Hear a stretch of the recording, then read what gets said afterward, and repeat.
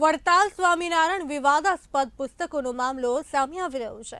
સ્વામિનારાયણ દ્વારા પુસ્તકમાં દ્વારકાને લઈને વિવાદાસ્પદ ટિપ્પણી કરતા મોરબીના રામધન આશ્રમના મહંત શ્રી બાવેશ્વરી માનું નિવેદન સામે આવ્યું છે। સ્વામિનારાયણ સંપ્રદાયના દ્વારા વારંવાર સનાતન ધર્મના દેવી દેવતાઓને લઈને ટિપ્પણીઓ કરતા સંતો મહંતોમાં ભારે રોષ જોવા મળ્યો હતો। જય સિયારામ।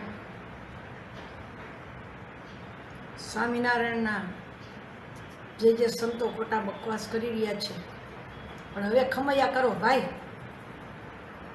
ધરતી માં છે, ગીતા માં છે, અને ગીતાનો રચયિતા ભગવાન કૃષ્ણ છે।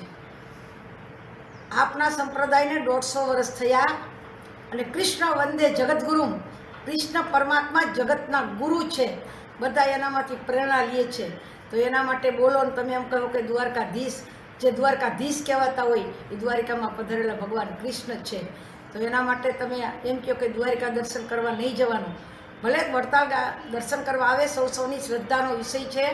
બીજાના શ્રદ્ધામાં તે માતાજી વિશે, હનુમાનજી વિશે, શિવ વિશે તમને બોલવાનો કોઈ રાઈટ નથી। તમારી રેખા મોટી કરવા માટે બીજાની રેખાને કાપવાનો પ્રયત્ન બંધ કરો। તમારી નીચ જે વિચારધારા છે એને બંધ કરો, કારણ કે આપ બધા હિન્દુ છો, તો હિન્દુ ધર્મના રક્ષણ માટે આપ બધા આ બધી ખોટી અંદરોઅંદરની ચકલુસી બંધ કરી તમે તમારો રોટલા શેકો, બીજા કોઈની વિચારધારા બંધ કરો।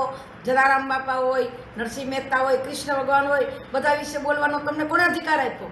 આપ ભાગવત કથા વાંચો છો, સાથે સાથે તમારા મંદિરમાં માતાજીની મૂર્તિ પણ પધરાવો છો ને ભગવાનની સાથે, તો શા માટે પધરાવો છો? તો આપ હવે ખમૈયા કરો।